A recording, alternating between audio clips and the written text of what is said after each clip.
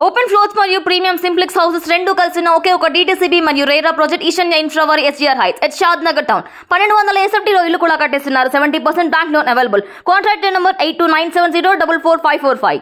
నమస్కారం. ఈ రోజుకి తెలంగాణలో ప్రజాప్రభుత్వం ఏర్పడి 30 రోజులైంది.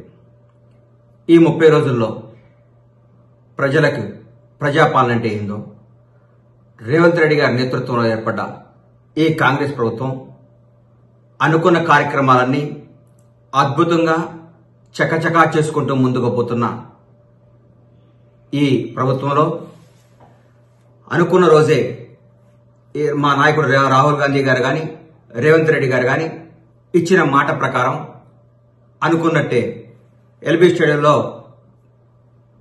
ప్రమాణ స్వీకారోత్సవం జరుగుతుండగానే ఇక్కడ ప్రగతి భవన్, అదే ఇప్పటి ప్రజాపాలన భవన్ గడిలు బద్దలు కొట్టడం జరిగింది.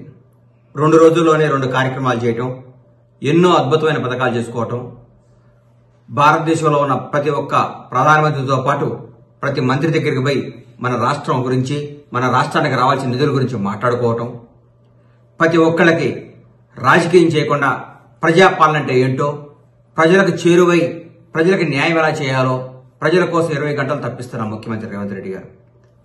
ఇలాంటి ముఖ్యమంత్రి నాకు తెలిసి ఇంతకుముందు పరిపాలన అనుభవం లేకుండా మొట్టమొదటిసారి ఏ మంత్రి పదవి చేపట్టకుండా ముఖ్యమంత్రి పదవి చేపట్టి ప్రజలందరికీ చేరువై అద్భుతమైన పరిపాలన అందిస్తూ భారతదేశంలోనే ప్రతి ఒక్క నాయకుడు ఈరోజు తెలంగాణ రాష్ట్రం గురించి, తెలంగాణ ముఖ్యమంత్రి గురించి మాట్లాడుకుంటుంటే చాలా ఆనందంగా ఉంది. రేవంత్ రెడ్డి గారి నాయకత్వంలో రాబోయే 5 సంవత్సరాల్లో తెలంగాణ రాష్ట్రం భారతదేశంలోనే నంబర్ 1 రాష్ట్రంగా తీర్చిదిద్దుతారు. అన్యాయాలు లేవు, అక్రమాలు లేవు, దురపాలన లేదు, దౌర్భాగ్యమైన జీవితం అనుభవించాల్సింది లేదు. ప్రతి ఒక్కళ్ళు నిజాయితీగా ఆనందంగా గడుపుతున్నారు ఈ 30 రోజుల నుంచి. దాదాపు ఈ 30 రోజుల్లో 8 కోట్ల పైచిలుకు మహిళలు జియో టికెట్ తెగిందంటే పరిపాలన ఎంత బాగుందో మీరు ఒకసారి ఆలోచించుకోండి.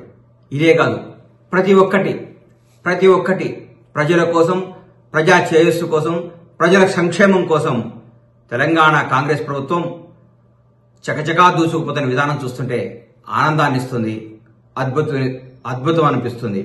రేవంత్ రెడ్డి గారి నాయకత్వంలో ఇంకా ఎన్నో అద్భుతమైన కార్యక్రమాలు జరగబోతున్నాయి.